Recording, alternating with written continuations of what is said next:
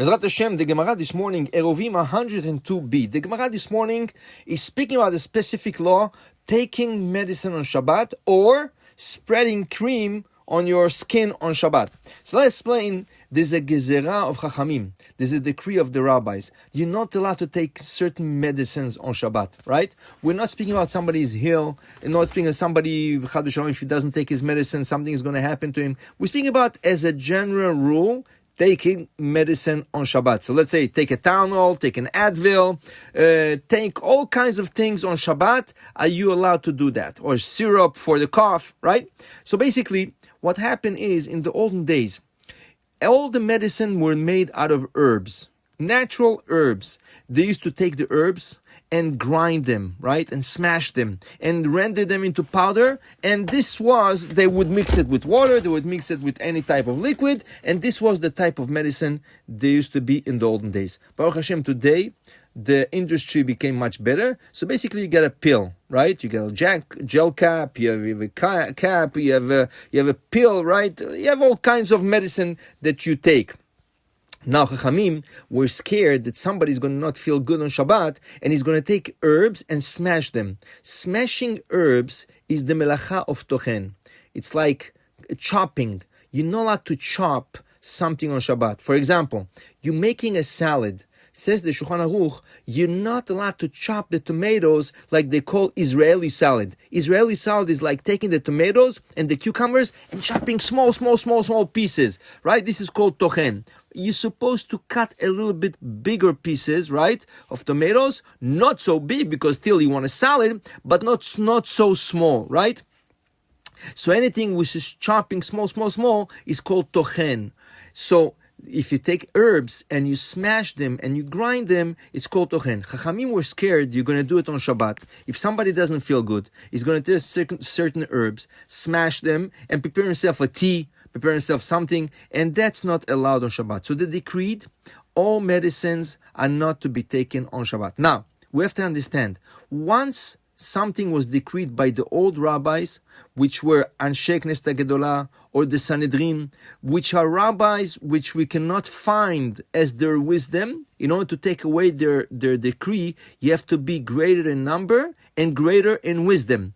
Greater in number, maybe we can reunite many rabbis today, but greater in wisdom, you cannot find greater in wisdom than those rabbis. So basically, any decree of rabbis cannot be taken off. Now, what's happening today? So let's say somebody he has a headache. Would he be allowed to take a Tylenol, an Advil, right? Whatever. Is he allowed to do so? So as a general rule, no. But you're going to tell me he's going to suffer on Shabbat. So go to sleep.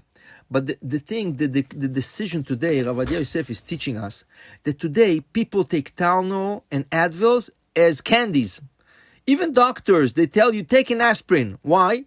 It's good for the heart. So 1 aspirin a day is good. But you're not sick. But they're telling you it's a prevention. It's good to take an aspirin a day, right? So it's good to take an Advil. Some people take Tylenol because they're stressed out. So they take Tylenols.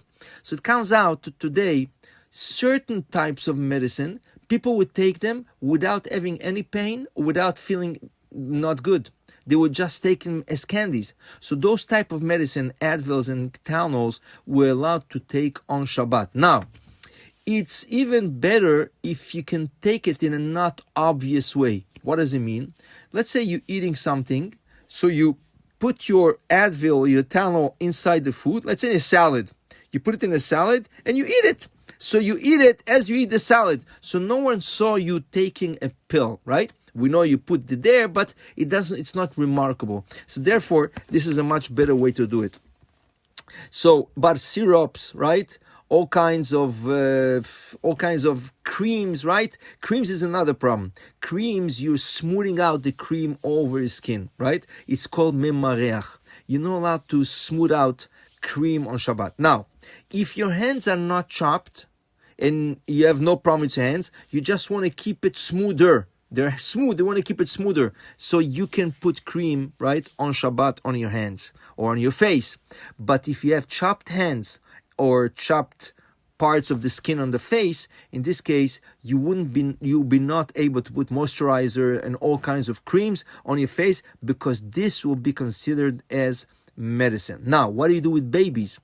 Babies, sometimes they burn their behinds, right? And from the Pampers, because they were dirty and they get burnt, what do? So basically, you take the cream, you put it inside the pamper, or you put it on them, but you don't spread it.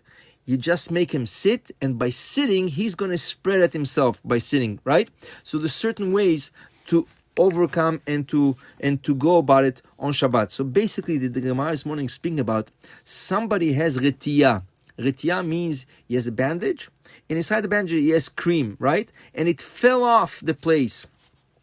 Tanu Rabbanan, retiyah shepersha al gaber makah machzirin b'Shabbat. You can just move it back. So if the bandage moved a little bit from its place, and the cream is not exactly on where it's supposed to be, so you're allowed to move it back, right? And cover it, because basically you didn't put the medicine, it was there before Shabbat. Basically, you just put it. Now, if somebody must change his bandage on Shabbat for any reason, right? It's always better to do it with a non-Jew. And if he can't, so the person can do it himself, because that's a must. But the best thing is to wear it to Motzei Shabbat, and then put and change the bandage. So to tell you, doing medication on Shabbat is not permissible. Now, this is a general rule, but we're not speaking about people taking antibiotics. A person taking antibiotics should continue taking it, because this is a treatment, which means it has to be taken for 7 days at least, and always they tell you 10 days, right? So this is something you cannot stop, because stopping it, you can stop the whole process. So we're not speaking about at all those type of medicine that the person must take for his health. Those people are diabetic, right? Or people that have cholesterol and all those type of things, they can continue taking their pills, because it's a treatment, right? On the long term or short term doesn't make a difference. It's a treatment which you cannot stop. We're speaking about taking a pill for pain or for anything else on Shabbat, which is not a treatment. But as we said, certain types you're allowed, but it's even better to mix them, and it shouldn't be noticeable. Baruch Adonai leolam, amen ve'amen.